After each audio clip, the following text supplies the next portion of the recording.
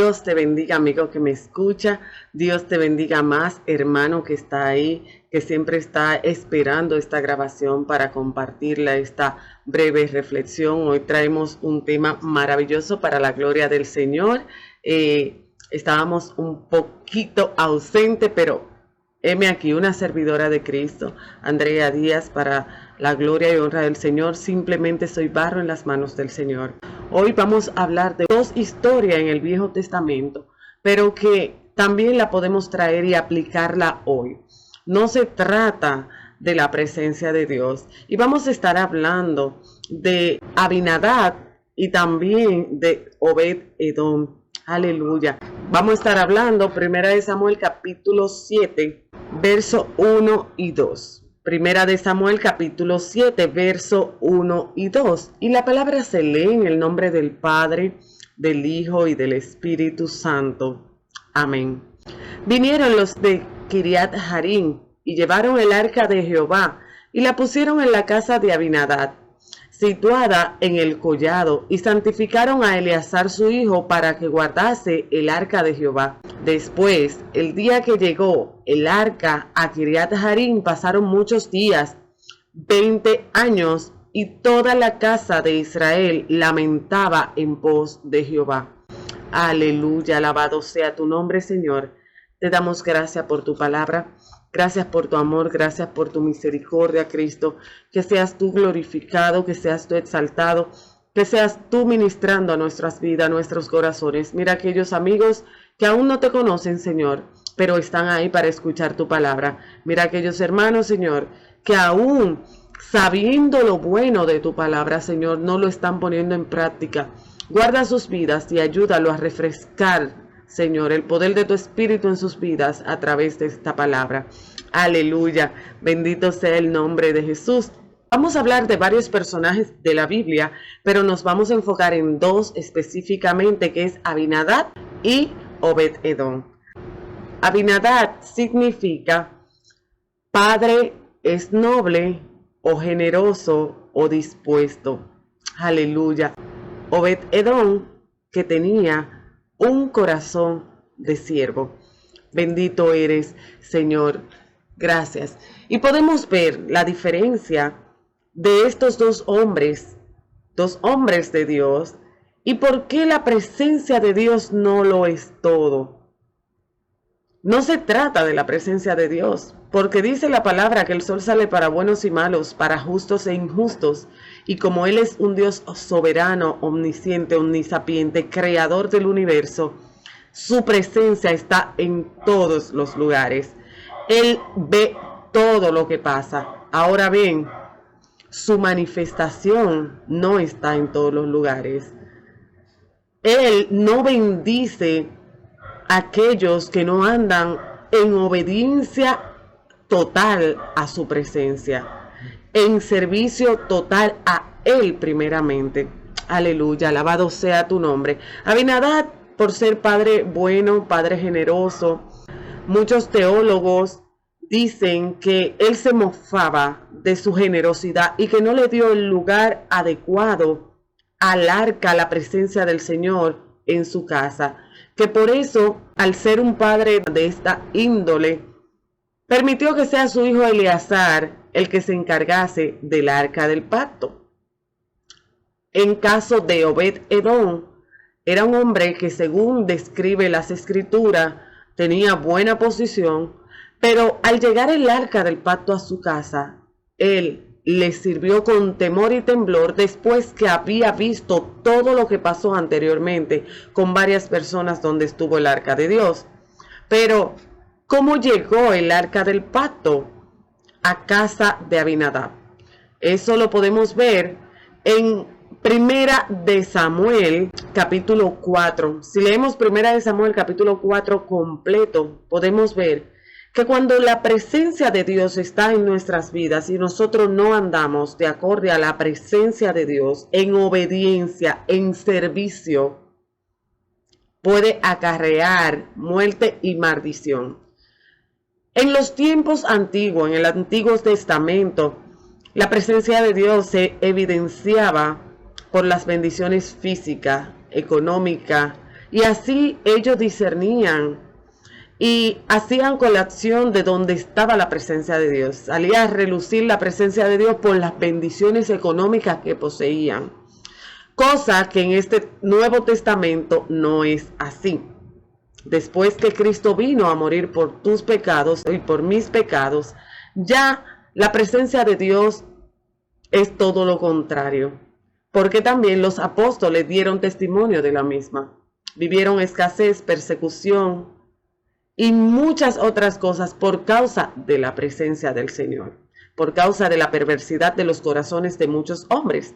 Pero en el capítulo 4 de Primera de Samuel vemos cómo el no reverenciar, el no servir de la forma establecida en la palabra, la presencia de Dios llevó al pueblo de Israel a perder una batalla contra los filisteos.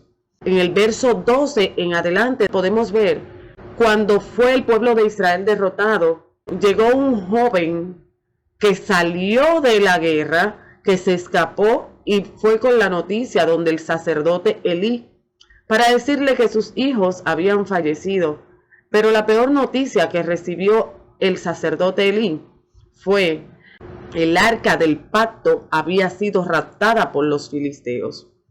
Ahí podemos ver cómo la desobediencia de no reverenciar el arca del pacto como debía tuvo consecuencia de muerte. Porque el Dios que nosotros servimos, a veces queremos solo predicar la nueva era, que Dios es amor, que Dios es, sí, Dios es todo eso. Dios es misericordioso, Dios es amor, lento para la ira y grande en misericordia, pero también es fuego consumidor.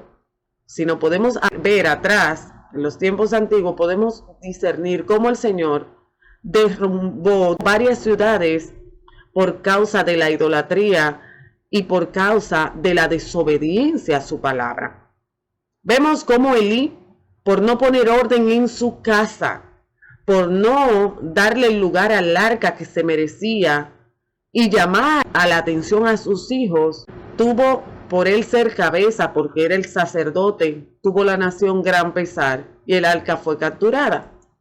Pero los filisteos, en 1 Samuel capítulo 5, cuando llevaron el arca a la casa de su Dios, donde era un Dios de idolatría llamado Dagón, el Señor nuestro, el Padre eterno, dejó avergonzado y humilló a Dagón. El Padre de la gloria humilló a Dagón a tal punto que se dice que le quitó las manos, se quedó sin la parte de abajo. ¿Por qué? Porque nuestro Dios es todopoderoso, es un Dios vivo, soberano y Rey de reyes y Señor de señores. ¿Y por qué no se trata de la presencia de Dios? Porque la presencia de Dios tiene que encontrar un corazón alineado a su palabra para obedecerle. Los filisteos creyeron que se habían robado no solo el arca del pacto, sino las manifestaciones del Dios vivo, del Dios que nosotros le servimos. Pero nuestro Dios le mostró a los filisteos que cuando su presencia está cerca de corazones perversos, corruptos y corrompidos, corazones idólatras, entonces Él es fuego consumidor. El Señor hirió la tierra de los filisteos, el Señor avergonzó a los filisteos y a su dios Dagón. El Señor con su poder poderoso enfermó e incluso varios hombres perdieron la vida en la tierra de los filisteos. Y fue ahí donde entonces en 2 de Samuel capítulo 6, versos 6-7, llevaron el arca a casa de Abinadab. Aleluya, bendito eres. Y fue ahí, en este capítulo 5, donde los filisteos, como el Señor hirió su tierra y mató a su Dios y a varios de sus hombres, entonces por eso llevaron el arca al pueblo de Israel. Y el pueblo de Israel, los de Kiriat Jearim, llevaron el arca a la casa de Abinadab. Podemos ver que en la casa de Abinadab el arca duró 20 años. 20 años duró y nada ocurrió. 20 años con la presencia del Señor en tu vida, tú que quizás naciste, está en el mundo, puede tener 20 años, puede tener más, y sabe que Dios existe, dices que Dios es tu Padre, que es tu guía, que es quien te fortalece, que es tu todo, pero no ha visto las manifestaciones de su Espíritu en tu vida porque tú tienes 20 años teniendo la presencia de Dios no como una prioridad. Sin embargo, David tenía un corazón conforme al corazón de nuestro Padre eterno que está en los cielos, porque así lo describe la Biblia. Y aún así, David tomó la decisión de que quería que el arca del pacto tenga una morada, que tenga una casa, que hacerle una construcción, pero el Señor le había dicho a David que no, que él no le haría casa. Pero no solo eso, David dispuso su corazón, sus buenas intenciones, porque fue con buenas intenciones llevar el arca al pueblo, pero lo estaba haciendo de la forma incorrecta. David, en 2 Samuel, capítulo 6, versos 6 y 7, nos muestra que no es hacer las cosas con buenas intenciones, no.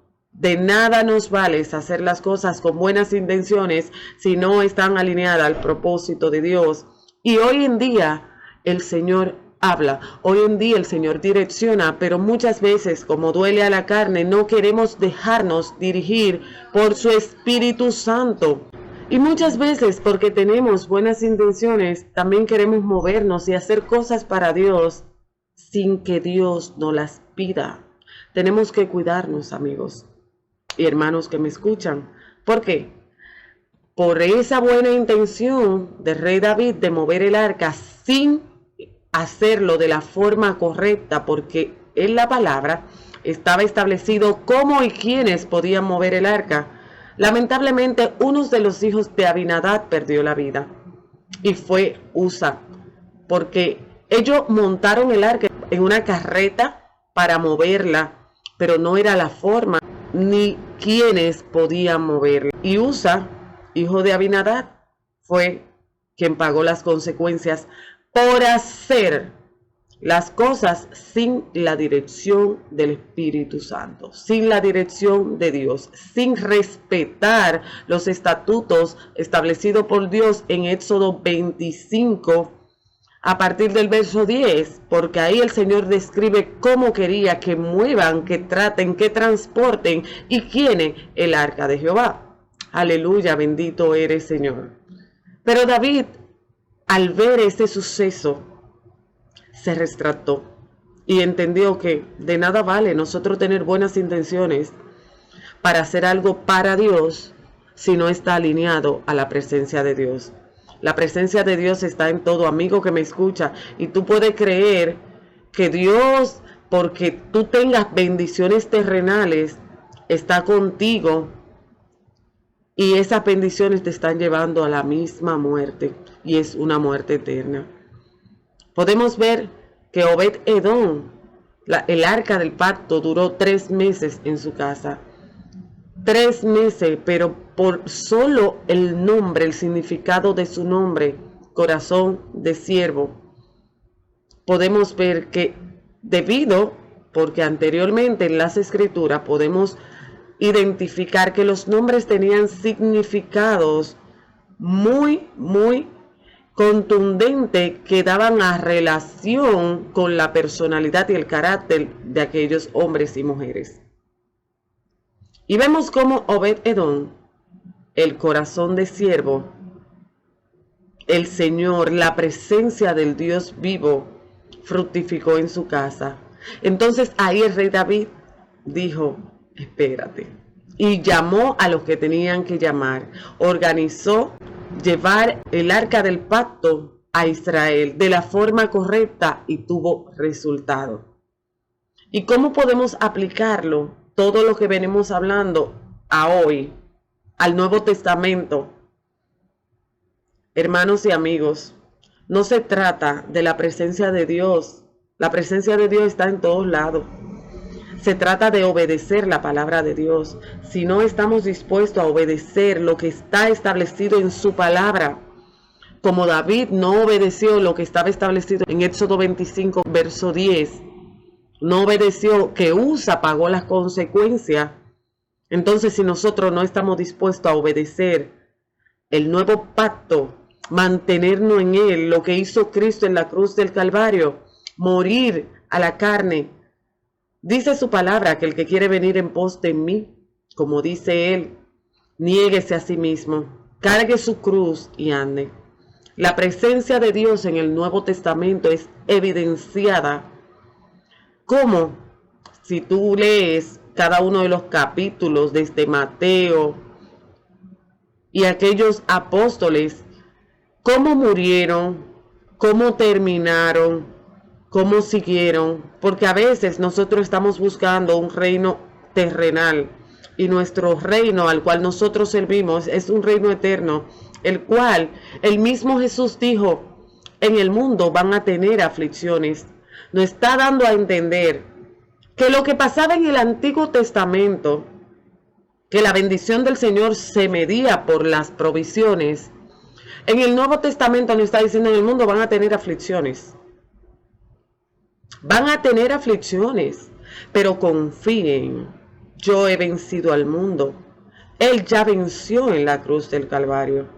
Y Él resucitó al tercer día, como dijo que lo haría, por tus pecados, por mis pecados, para darnos vida eterna, para entender, para que entendamos que no se trata de su presencia, es de hacer lo correcto en la presencia del Señor y obedecer, porque dice su palabra que el que se enaltece será humillado, porque el principio de la caída es la soberbia. Y si nosotros no estamos dispuestos a humillarnos por aquel que se humilló hasta los sumos por nosotros, señores, ¿dónde vamos a llegar? Las cosas están de mal en peor. Dejemos de estar jugando al cristiano. Hoy en día habemos muchos cristianos que estamos más en el mundo que en Cristo. Hoy en día todo el mundo es cristiano. Eso como que es de moda. Ah, yo soy cristiano. Una moda, ser cristiano. Pues no se trata de moda. Sométete a la palabra del Señor. Ora, lee, pasa tiempo con Dios en intimidad para que tú puedas entender la grandeza de Él y pueda sobrevivir, pueda soportar el tiempo de aflicción que dice su palabra que vamos a vivir. No sea como Abinadab, que Padre generoso, así como el significado de su nombre, y ahí se quedó y no dio su milla extra para glorificar la presencia que estaba en su casa, porque se lo dejó a su hijo. Era muy buen padre, pero debía poner asunto porque él era la cabeza de ese hogar. No hagamos como el sacerdote Elí, aún el pueblo diciéndole las cosas que hacían sus hijos. Elí estaba ciego, no quería reconocer, no quería llamar la atención a sus hijos y ponerlo en orden, y prefirió desobedecer el arca del pacto, desobedecer la misma presencia de Dios por estar bien con sus hijos. No hagamos lo que hizo el rey David. Tenía buenas intenciones porque solo quería ubicar el arca del pacto para adorarle y hacer sacrificio ante su presencia, pero no se garantizó de hacerlo de la forma correcta como estaba establecido en la palabra del Señor. Imitemos a Obed-Edom, seamos siervos de Cristo. Y un siervo no es más que el Señor, que aquel que vino a servir y no a ser servido. Y si aquel, siendo Dios y estando a la semejanza de Dios, no se jactó y no tomó su deidad como cosa a que aferrarse y se humilló hasta lo sumo por nosotros, es para que nosotros lo imitemos. Porque esta carrera de la fe no es fácil. Esta carrera es para los valientes y los valientes la arrebatan. Ser cristiano no es como tú ir a un cine. Es una vida de morir continuamente a la carne. Y cuando digo morir continuamente a la carne, no digo que tú te vas a podrirte en un lado. Pero es una vida de humillación primero ante la presencia de Dios, de exaltación a Dios y de una búsqueda continua de la dirección del poder de su Espíritu Santo para poder soportar y no andar como andan muchos, tomando decisiones por su propia fuerza, por su propio intelecto y dejando que el enemigo ocupe el tiempo que debe ser de Dios para después decir que son bendiciones de Dios. Las bendiciones de Dios en este Nuevo Testamento es que vamos a tener aflicciones. Y que Dios bendice, claro que sí, Dios bendice y prospera. Pero ese no es el todo. Si leemos la Escritura a profundidad, esas no son las bendiciones que nosotros vamos a heredar. Porque nuestras bendiciones son eternas, no terrenales. Son incorruptibles. Y este cuerpo que es corruptible tiene que morir día tras día para poder santificarse cada día, porque la palabra del Señor dice: sé santo porque yo soy santo. Y si tú quieres saber, lee el libro de Apocalipsis, en Apocalipsis 4, para que entienda cómo debemos vivir, cómo la iglesia que somos nosotros debemos vivir en estos últimos tiempos. Es un libro de mucha enseñanza, de muchas profecías que aún faltan. Y nosotros estamos dejando que el enemigo nos envuelva en cosas terrenales y nos alejemos de la verdad de Cristo. Dios nos ayude, Dios te bendiga más, amigo y hermano que me escucha, que sea el Padre Eterno glorificándose en tu vida, que sea Él ensanchándose en tu corazón. Y si tú aún no has conocido a Cristo, quiere hacer esta oración, dile: Padre, tú que estás en los cielos, heme aquí. Yo vengo ante tu presencia y yo reconozco mis pecados delante de ti, como también reconozco a Cristo como Señor y Salvador. Yo sé, Padre Eterno, que yo solo no puedo cambiar, Señor, la forma de vivir y el desorden en el que vivo. Pero tú, Padre de la gloria, eres poderoso y grande en misericordia. Yo te ruego que me ayudes, Padre, para hacer tu voluntad y vivir una vida conforme a lo que tú estableciste en el principio para mí. En el nombre poderoso de Jesús te lo pido. Amén y amén. Dios te bendiga, amigo y hermano que me escucha. Que el Señor sea contigo y te llene y te hable a tu corazón.